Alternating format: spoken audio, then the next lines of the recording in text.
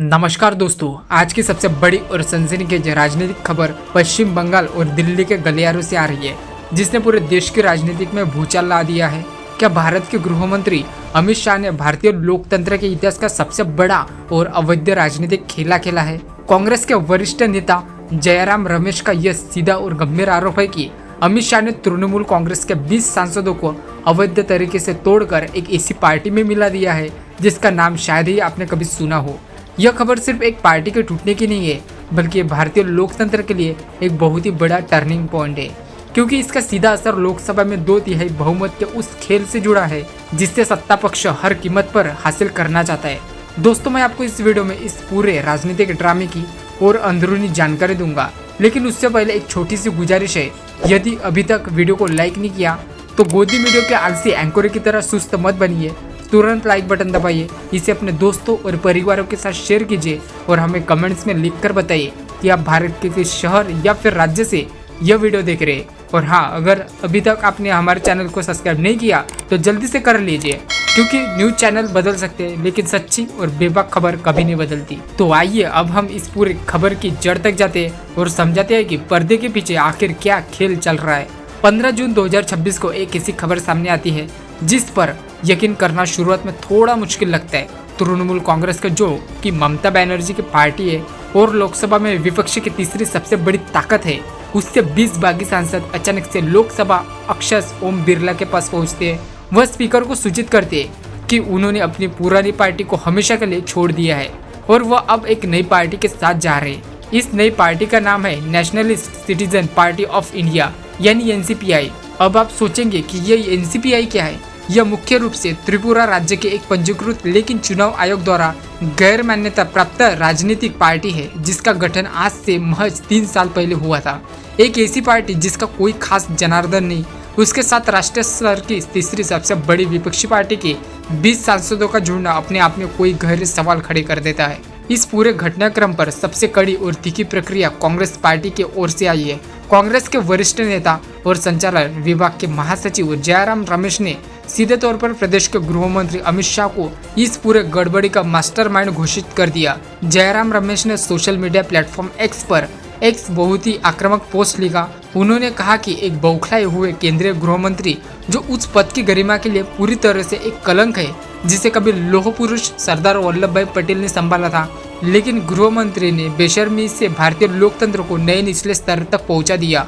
रमेश का यह स्पष्ट आरोप है कि अमित शाह के सत्ता और धनबल का प्रयोग करते हुए इन 20 सांसदों को अवैध तरीके से तोड़ा है और उनका एक ऐसा राजनीतिक इकार के साथ संदिग्ध विलय कराया है जिसका कोई अता पता नहीं था। आखिर ऐसा क्यों किया जा रहा है? इस पूरे राजनीतिक दौड़ के पीछे का असली कारण क्या है?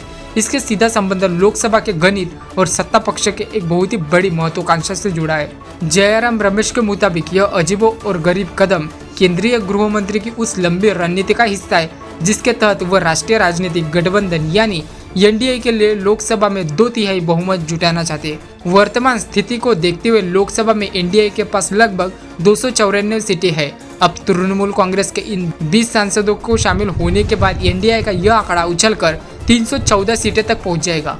हम जानते हैं कि लोकसभा में 2/3 बहुमत के लिए 362 से अधिक सीटें की आवश्यकता होती है। हालांकि अभी भी सत्ता पक्ष इस जादुई आंकड़े से 46 सीटें तक दूर है, लेकिन इस विलय ने उनकी ताकत को बहुत बड़ा बूस्ट दिया है और वह अपने लक्ष्य के काफी करीब पहुंच गए हैं। इस जल्दबाजी और आक्रामकता के पीछे एक और बहुत बड़ी वजह है जिसका खुलासा भी जयराम रमेश ने किया है। उन्होंने याद दिलाया कि 17 अप्रैल 2026 को लोकसभा में सरकार को एक बहुत ही बड़ा झटका लगा था। उस दिन सरकार परिसीमन से जुड़े विधेयकों को संसद से पास करवाने में पूरी तरह से विफल रही थी। परिसीमन एक ऐसा मुद्दा है जो पूरे देश की चुनावी संरचना और सीटों के गणित को हमेशा के लिए बदल सकता है। रमेश का दावा है कि गृह मंत्री विपक्ष पर लगातार हमले कर रहे हैं और भारतीय लोकतंत्र को नुकसान पहुंचा रहे हैं ताकि वह अप्रैल में हुई अपनी उस करारी हार और राजनीतिक से बेइज्जती की भरपाई कर सके। इसके लिए वह किसी भी हद तक जाने के लिए तैयार है, चाहे इसके लिए उन्हें किसी भी पार्टी को क्यों न तोड़ना पड़े। कांग्रेस नेता ने एक बहुत ही बड़ी दिलचस्प और चुभने वाला उदाहरण दिया। उन्होंने कहा कि यह पूरी व्यवस्था एक बहुत ही शातिर तरीके से चलाई जा रही है, बिल्कुल म्यूचुअल फंड इंडस्ट्री की तरह। जैसे म्यूचुअल फंड में ग्राहकों को लुभाने के लिए उनके जरूरत के हिसाब से अलग अलग स्कीम और प्रोडक्ट्स ऑफर किए जाते हैं, वैसे ही सत्ता पक्ष विपक्ष नेताओं को उनके निजी स्वार्थों और कमजोरियों के हिसाब से अलग अलग प्रबोधन दे रहे। किसी को मंत्री पद, किसी को जांच एजेंसी से राहत, तो किसी को भारी भरभक्कम रकम ऑफर की जा रही है।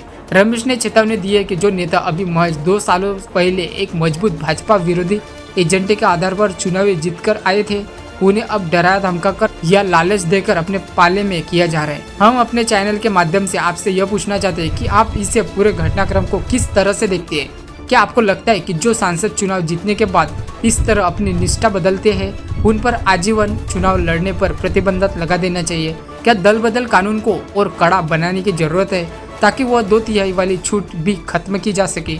अपनी बेबाक और निष्पक्ष राय हमें नीचे कमेंट बॉक्स में जरूर से लिखकर बताइए। आपका एक कमेंट बहुत ही मायने रखता है, क्योंकि असली शक्ति जनता की आवाज में ही है। राजनीति के इस गंदे खेल में जब भी कोई नया अपडेट आएगी या इस विलय को लेकर सुप्रीम कोर्ट या चुनावी आयोग को कड़ा फैसला लेगा, तो हम सबसे पहले उनकी जानकारी आप तक पहुंचाएंगे। हमारा मकसद आपको सिर्फ खबर देना नहीं है, बल्कि उस खबर के पीछे छिपे असली सच और उसके दूरगामी परिणामों से भी आपको वाकिफ कराना है। गोदी मीडिया शायद आपको यह सब ना बताए, क्योंकि वह सत्ता के गुणगान में व्यस्त है, लेकिन हम आपके लिए असली और जमीनी सच हमेशा सामने लाते रहेंगे। वीडियो को अंत तक देखने के लिए आपका बहुत बहुत धन्यवाद। याद रखिए, लोकतंत्र की सुरक्षा हम सबकी जिम्मेदारी है, इसलिए जागरूक बनिए, सवाल पूछिए और अपनी आंखें हमेशा खुली रखें। वीडियो को लाइक करना और चैनल को सब्सक्राइब करना ना भूलें। मिलते हैं अगले वीडियो में और सबसे बड़ी राजनीतिक कवरेज के साथ। तब तक के लिए सुरक्षित रहिए और सच के साथ देते रहिए। जय हिंद, जय भारत।